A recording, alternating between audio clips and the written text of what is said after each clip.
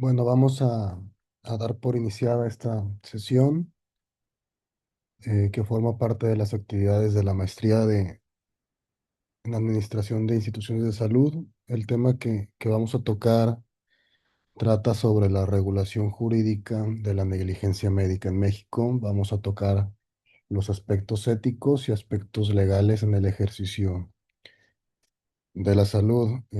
¿Podría alguien ponerme en el chat si escuchan correctamente, por favor?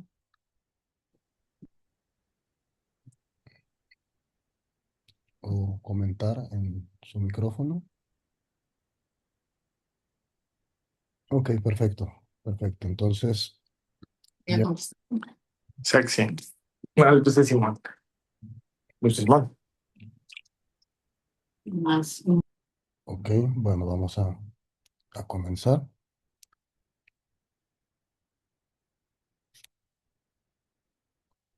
Primero que nada, buenas noches a todos. Gracias por haberse conectado. Pues bienvenidos a esta sesión. Vamos a comenzar por las bases. Primero que tenemos que conocer qué es un acto médico, qué es lo que se conoce legalmente como un acto médico. De acuerdo al artículo 23 de la Ley General de Salud, este se refiere al conjunto de acciones que un profesional, dígase médico, o profesional de la salud, realiza pues directamente en beneficio del paciente. Esto siempre es con la finalidad de promover, proteger y restaurar su salud. Sin embargo, este acto no se realiza a criterio libre del médico. Existen principios fundamentales en el derecho sanitario, como lo marca la Lex Artis ad hoc, que traducido del latín significa la regla del arte aplicada al caso concreto. Este principio obliga a todo el personal que actúa bajo los estándares científicos vigentes y universalmente reconocidos por la literatura médica,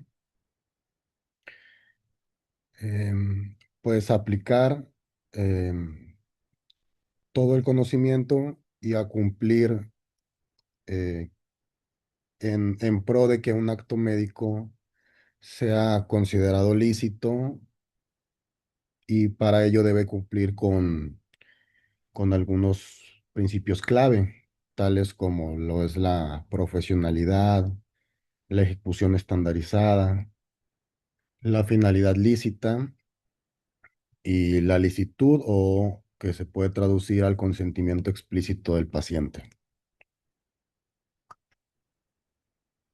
Si alguno de estos falla o no se aplica de forma correcta, entonces podemos recaer en errores en la práctica. ¿Cuándo sucede esto? Pues cuando un acto médico falla. ¿Y qué es lo que sucede? Bueno, la Comisión de Arbitraje Médico, la CONAMED, clasifican los errores médicos en tres grandes conceptos. La primera es la negligencia, que consiste básicamente en el descuido del deber, em, omitir lo que se debe de hacer, omitir lo que se tiene que hacer, o hacer lo que sabes que no tienes que hacer. La segunda es impericia, que se puede traducir en una falta total o parcial de conocimientos técnicos o de habilidades. Por poner un ejemplo, cuando un médico general realiza una labor de alta especialidad, o por decir un ejemplo, una labor de anestesiología sin estar debidamente acreditados o sin contar con la experiencia necesaria, pues podemos caer en una impericia. Por último, tenemos la imprudencia, Esta ocurre pues cuando se actúa de forma precipitada, sin medir consecuencias, tal como decidir iniciar una cirugía, una operación, sabiendo de antemano que no se cuenta con el instrumental quirúrgico completo, o el quirófano no está en condiciones óptimas, o no se cuenta con el recurso humano necesario o suficiente. Entonces, aún considerando esos aspectos, se decida iniciar la cirugía, entonces este concepto o esta falla entra en el concepto de imprudencia. Todo esto tiene origen en la normativa del país. El fundamento constitucional principal, el artículo 4 de la Constitución Política de los Estados Unidos Mexicanos, este, consagra el derecho humano a la protección de la salud. Eso quiere decir que toda persona tiene derecho a la protección de la salud. Pero por otro lado, el artículo quinto de esta misma Constitución regula la libertad de profesión. Este artículo otorga la facultad hacia las leyes mexicanas para exigir títulos profesionales y cédulas específicas a toda persona que ejerzan ciencias médicas. Esto pues a fin de asegurar que todo el personal esté debidamente entrenado al momento de interactuar con la salud de la población.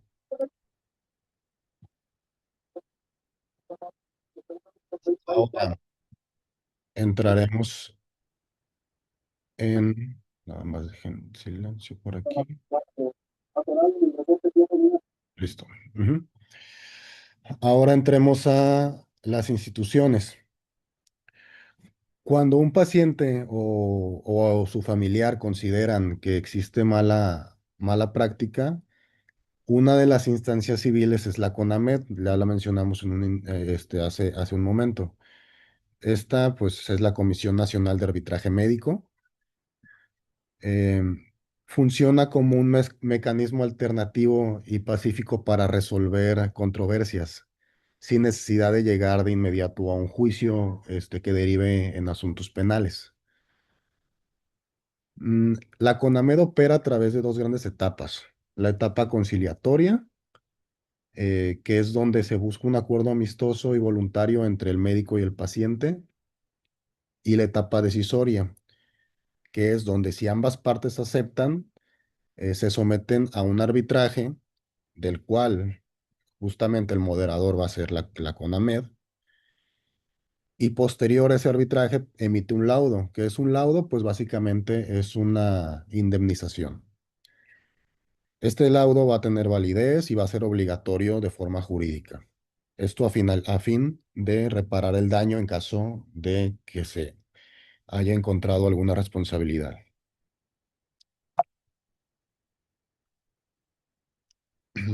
Ahora, ¿qué pasa si el acto de negligencia ocurre dentro de un hospital público, tal como IMSS o ISSSTE?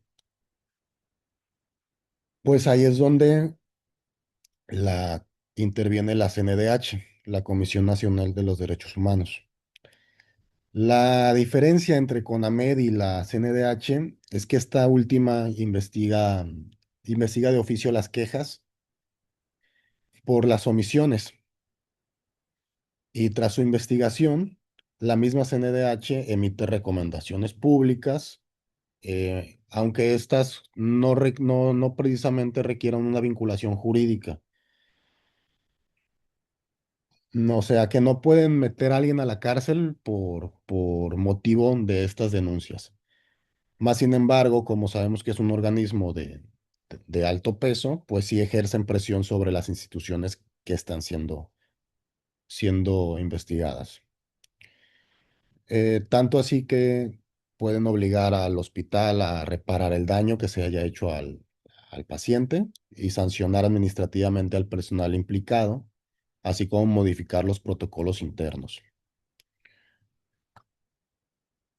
Eh, Aunando un poco más en las diferencias entre CONAMED y CNDH, partiendo desde la base que existe una inconformidad médica en México, pues la CONAMED se va a concentrar en tanto en sector público y privado. Es una instancia que actúa por la vía civil, no sanciona económicamente y su finalidad pues es conciliaje y arbitraje. En resumen, lo que busca es que exista un acuerdo entre médico y paciente de la forma más pacífica posible. En caso de que no exista, él mismo puede realizar un arbitraje y achacar responsabilidades. En cambio, la CNDH solamente le competen instituciones públicas.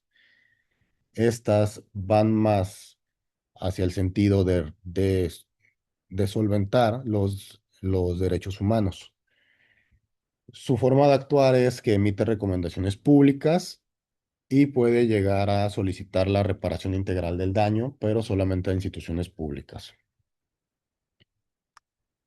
Ahora la pregunta que probablemente nos hemos hecho muchas veces. Entonces, ¿la CONAMED puede sancionarnos o no? Vamos a aclarar este tema, que es un mito general en la práctica médica. Si la CONAMED no puede sancionar, entonces, ¿cómo se maneja el dinero dentro de los procedimientos de la CONAMED? A menudo existe el temor de recibir multas o sanciones económicas severas por parte de esta misma comisión. Entonces vamos a tocar un poco este tema para desmitificar lo que se, se comenta. Bueno, en principio, Vital, la CONAMED no tiene facultad de imponer sanciones económicas ni multas administrativas. Como lo comentamos, su esencia no es castigar. Se comete el error común de pensar eso porque existen tres figuras legales que la CONAMED sí puede implementar, pero son muy distintas a lo que es una sanción o una multa económica. A pesar de que sí tú te puedes requerir, pero como tal el concepto de multa administrativa en CONAMED no existe. Existe la multa procesal, la indemnización y la sanción. ¿Qué son estas tres conceptos que sí tiene facultades la CONAMED? Hablemos de la primera, las multas procesales.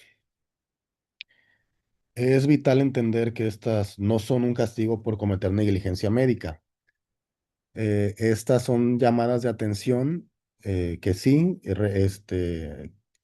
se reflejan en un gasto económico, aunque son normalmente de bajo costo y se pueden aplicar tanto a profesional, a médico, como a paciente, por incumplir alguna normativa en cuanto al procedimiento que se está llevando a cabo. Por poner un ejemplo, si el médico o el paciente está citado para una audiencia que la CONAMED está solicitando y no faltas, y no acude, perdón, sin justificación válida, se le puede imponer una multa procesal. Otro ejemplo también es si una clínica se niega a entregar un expediente clínico que CONAMED solicita, también se puede aplicar una multa procesal. No son multas elevadas, pero sí las pueden requerir. Muy diferente lo que vamos a manejar un momento más con COFEPRIS, pero ya llegaremos a ese punto. Eh, Llegando a las indemnizaciones, que lo comentamos, son conocidas legalmente como laudos. Esto ocurre principalmente si ambas partes aceptan someterse al juicio por escrito. Obviamente todo tiene que estar por escrito. La CONAMED realiza su investigación y si el dictamen final determina que hubo un daño, se puede obligar al pago de una compensación económica. Pero, pero este pago no es una multa que el gobierno requiera. Ese dinero no va al gobierno ni entra a instituciones públicas. Ese dinero es directamente una reparación civil para, directamente para los bolsillos del paciente. Ahora, si la CONAMED, ya hemos manejado, que es un organismo amigable de justicia alternativa, que está enfocado a que las partes concilien y lleguen a un mutuo acuerdo, entonces, ¿quién sí puede castigar en caso de que ese acuerdo no suceda o que la negligencia escale en instancias mayores, entonces, ¿quién sí puede castigar? Las sanciones reales corresponden a otras autoridades, que es COFEPRIS, si se trata de clausurar una clínica o suspender una licencia por un riesgo sanitario, o un órgano interno de control si es una falta que se cometa en el sector público, tal como IMSS o ISSSTE.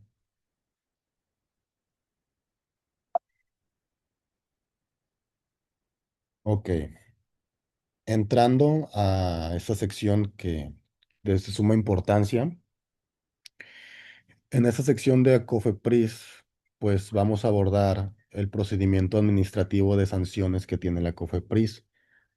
Nos vamos a enfocar específicamente en cómo ejecutan la vigilancia, las multas y las clausuras en los establecimientos médicos.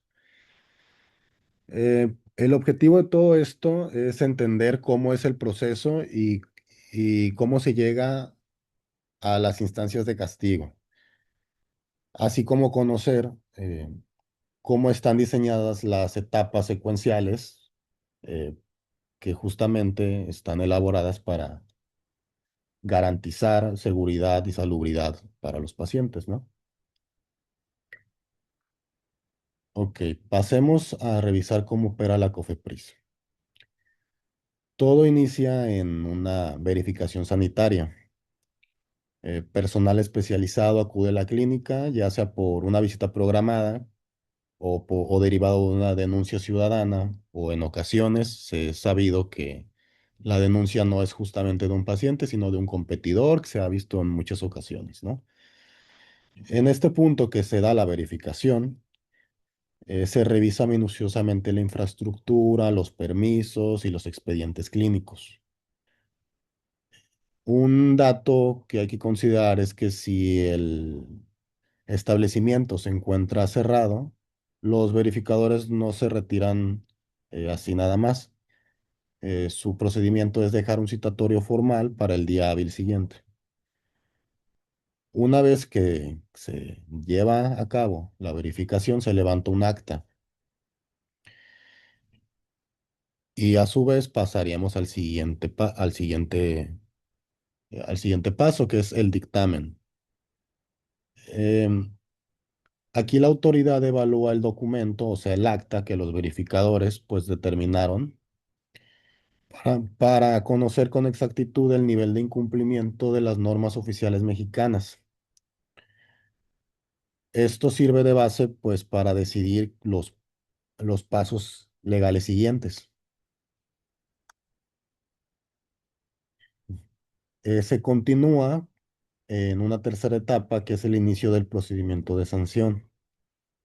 Si en el dictamen se detectan faltas, se realiza una notificación formal al establecimiento.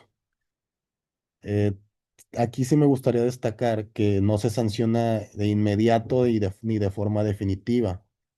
La ley otorga plazos legales específicos, dependiendo el caso, para presentar pruebas y alegatos de defensa. Toda vez que se lleva a cabo ese procedimiento, llegamos a una resolución final. Esto tras un análisis exhaustivo de todas las pruebas recolectadas y los argumentos del establecimiento, pues la Subdirección Ejecutiva de Resoluciones y Sanciones determina la penalización correspondiente, la cual puede ser de carácter económico o de carácter procesal.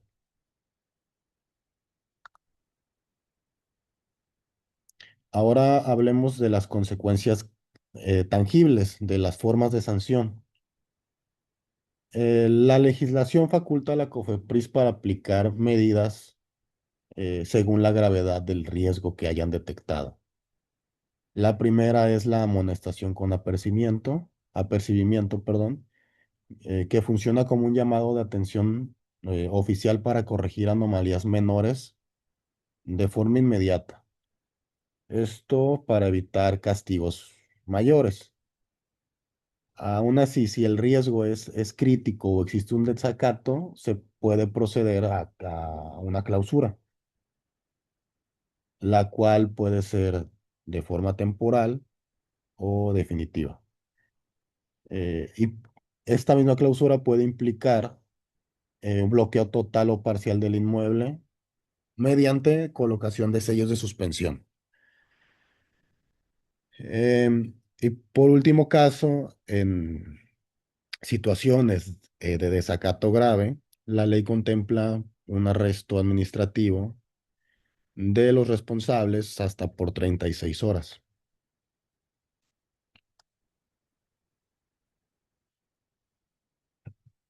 Para entender el impacto financiero de un incumplimiento sanitario, porque muchas veces lo tomamos a la ligera, es importante, o aquí les coloqué una escala de multas económicas, las cuales se tasan directamente según la gravedad de la falta. Esto es va con fuente del 2012, más o menos los montos. Entonces, por ejemplo, operar sin aviso de funcionamiento genera multas que pueden superar los 100,000 pesos. La situación se vuelve un poquito más severa si el establecimiento careciera de alguna licencia sanitaria. Esto puede llegar a alcanzar penalizaciones de hasta 1,302,840 pesos hasta la última legislación del 2012.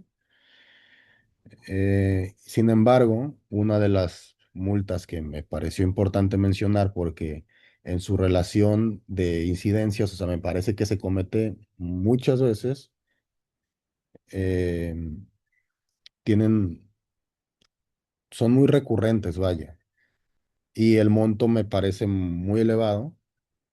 Son las fallas graves en el expediente clínico, cuya penalizaciones promedian el 1,737,120 pesos. Todo esto pues debido al riesgo que implica omitir antecedentes médicos del paciente. Para cerrar el tema de COFEPRIS, podemos resumir riesgos críticos más comunes en clínicas.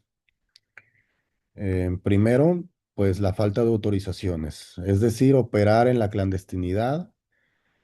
Segundo, deficiencias en infraestructura, que se incumplan las normas de espacios médicos vigentes que están establecidas con vigencia del 2018. Tercero, el mal manejo de residuos RPBI, residuos peligrosos biológico-infecciosos. Cuarto, las irregularidades en expedientes, ya sea entregando historiales clínicos incompletos que violan la norma de la Secretaría de Salud, que tiene su base en el 2012. Y quinto, y muy importante, porque también considero que se comete mucho, la publicidad engañosa, que consiste en promocionar servicios médicos regulados sin contar con los permisos de difusión correspondientes. Esto incluye también redes sociales, ¿eh? Así que conocer estos puntos es vital para mantener cualquier establecimiento en total legalidad.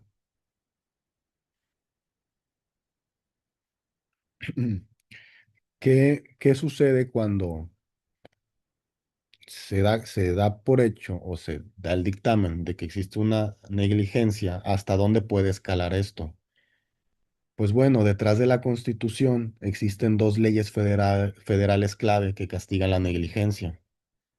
Primero, la Ley General de Salud, en sus artículos 78 y 85, reitera que es indispensable contar con títulos certificados académicos legales para ejercer.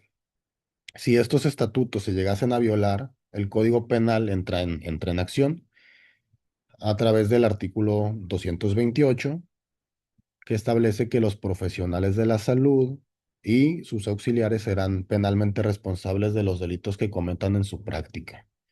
Además, que me lo brinqué, es el artículo 60 del mismo código regula los delitos culposos, es decir,